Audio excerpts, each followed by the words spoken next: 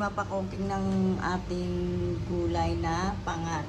O sisigang na natin, meron tayong sinigang, yung ating isda, sap-sap, at saka hindi ko alam kung ano yung isang isda na to. Tsaka, syempre hindi mawala yung talbos ng kamuti, o diba?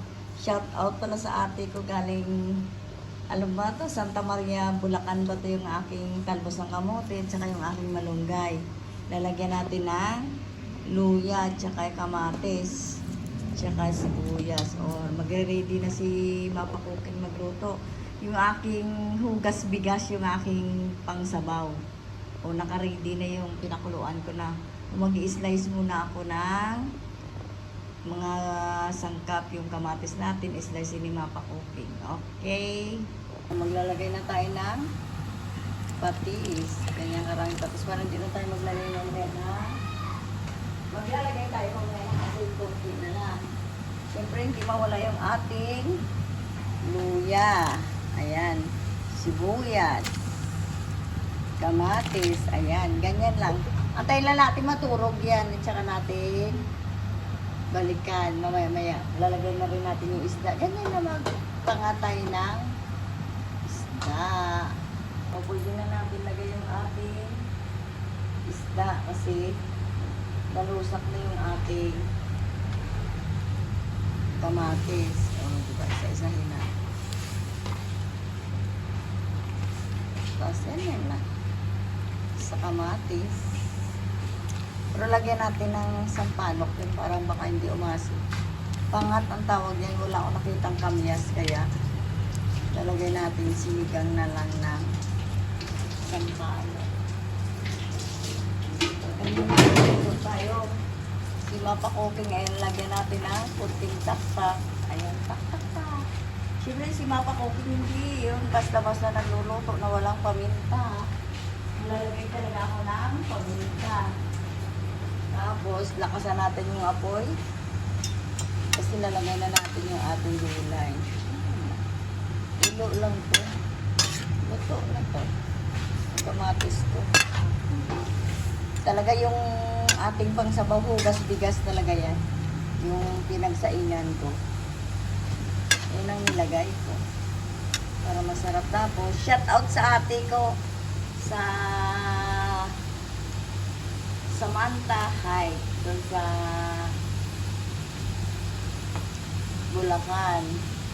Binigyan niya ako ng talbos ng kamuti, marami. Tapos, nilagyan niya ako ng parang kulang pa sa halat. Lagyan natin ng asin. Dalawang dakot na asin. Naparami yatang hugas bigas ko dito sa aking isda. O, diba? Antayin ko lang kumulo ito. Titikman na natin kung tama na yung lasa. Tsaka natin matabang talaga. Kulang talaga ko sa asin. Ayan. Okay na yan.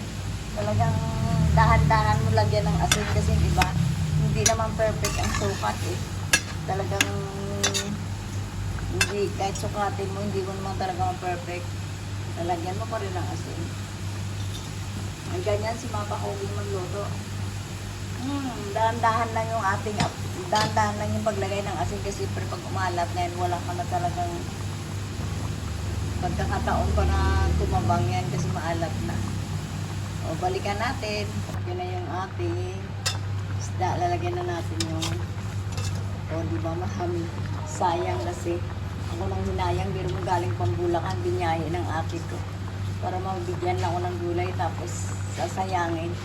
Kahapon, dinagay ko yung tinola naman niluto ko.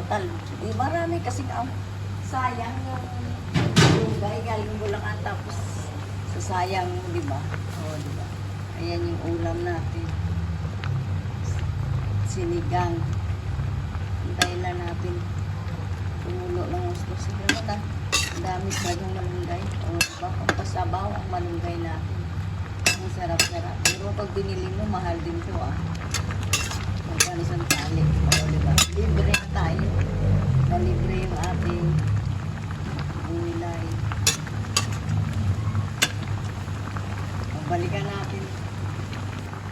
Lalagyan na rin natin yung ating sili. Lalagyan na rin natin yung talbos natin ng kamote. Marami rin talbos ng kamote. Marami rin binigay. Isayang naman. Pwede nyo kasi halo yung talbos ng kamote yan sa ating malunggay. Kaya nga sabing pangat, pwede mo lagyan ng gulay. Mas maraming gulay kaysa isda. Oh. Balikan natin. Tulo lang yan. Pwede na pa ibabaw natin mamaya yung ibang isda. Paibabaw natin yung isda natin. Ang sapsap. Ayan. Pinaibaba ni Mapakuking yung ating isda. O, diba? Hindi na duro. Sapsap. Okay na yan. Tapos, lalagyan natin ng pampaasim. Kasi parang hindi umasim. Yung sarap ng ating diba? Yan ang sinasabi ko sa inyo. Pag nagluto ng gulay, maraming talbos talaga. Saka natin lagyan ng low sampano. Makakainilit sa gulay talaga. Magulay talaga tayo. Kasi, pero lagyan ko ng sampano kasi parang hindi siya umasim. Hindi talaga siya asim kasi yung ating kamatis is dalawa lang. Ilagyan natin ang pampaasim. Okay na yan. Diba? Ganyan lang ang luto natin na pwede na tayo kainan na. O, diba? Like and subscribe kay Mapa Cooking. Thank you sa nanonood kay Mapa Cooking. Thank you kay YouTube. Magdusweldo na si Mapa Cooking ulit.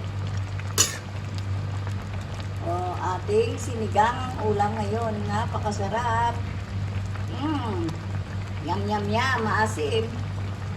Ang sarap-sarap. Okay na. Hi, it's me, si Mapa Cooking. Like and subscribe. Thank you for watching. Thank you sa nanonood. Thank you sa nag-subscribe.